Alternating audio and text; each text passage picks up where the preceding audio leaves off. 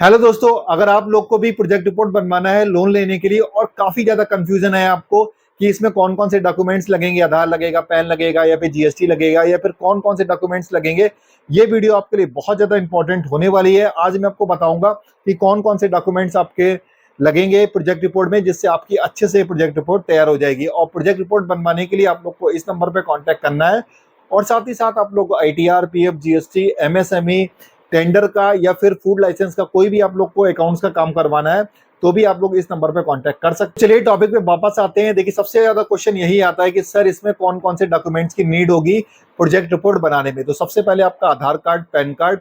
अगर आपके पास कोई मान लीजिए एमएसएमई का रजिस्ट्रेशन है जिससे क्लियर होता है कि भाई ये फर्म है, इस फर्म का नाम ये है, या फिर आपके पास कोई फूड लाइसेंस है, तो इस टाइप से कोई भी ऐसा रजिस्ट्रेशन अगर आप जो जिससे क्लियर हो जाए कि भाई ये फर्म है, अगर है तो आप दे दीजिए। अगर नहीं है तो आधार कार्ड, पैन कार्ड जो है वो आप इससे भी काम आपका चल जाएगा। सेकंड डॉक्यूमेंट्स की बात कर लेते हैं। देखिए, सेकंड डॉक्यूमेंट होता है आपका कोटेशन। ये बहुत ज्यादा इंपॉर्टेंट होता है।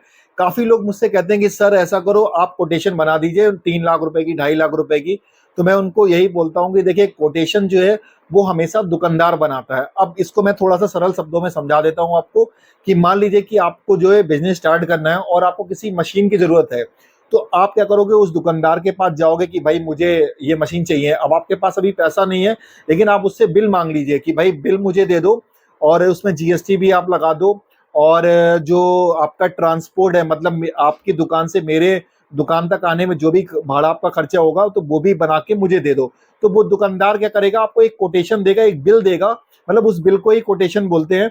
आपको एक बिल देगा जिसमें उसकी कॉस्ट लिखी होगी, उसमें ट्रांसपोर्ट कितना लग रहा है, उसमें जीएसटी कितनी लग रही है, या फिर उसको इंस्टॉलेशन करने में कितना खर्चा आएगा, तो वो सारा आपको बना के दे देगा।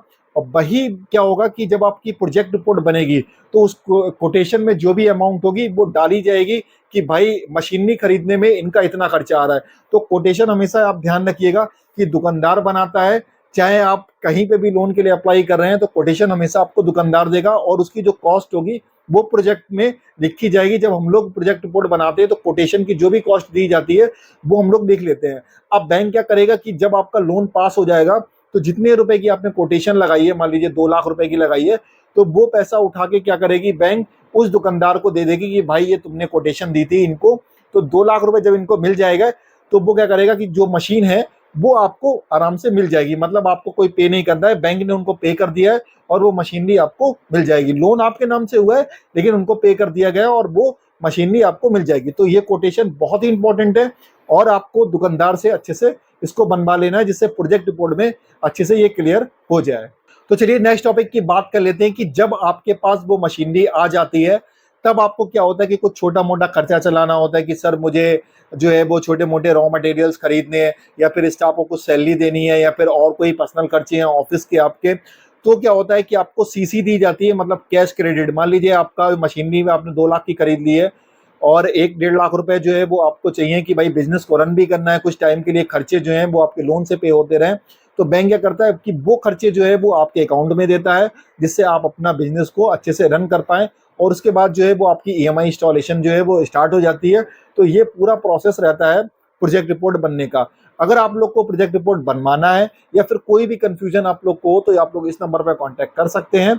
और सबसे पहले यही है कि आप अपने जो भी डॉक्यूमेंट्स मैंने आपको बताए हैं उनको आप अच्छे से जो है वो एक जगह पे कर लीजिए। उसके बाद आप प्रोजेक्ट रिपोर्ट बहुत ही आसानी से बनवा सकते हैं। बाकी और कोई भी डाउट्स हो तो आप लोग इस नंबर पर कांटेक्ट कर सकते हैं। मिलता हूँ नेक्स्ट वीडियो में। Thank you.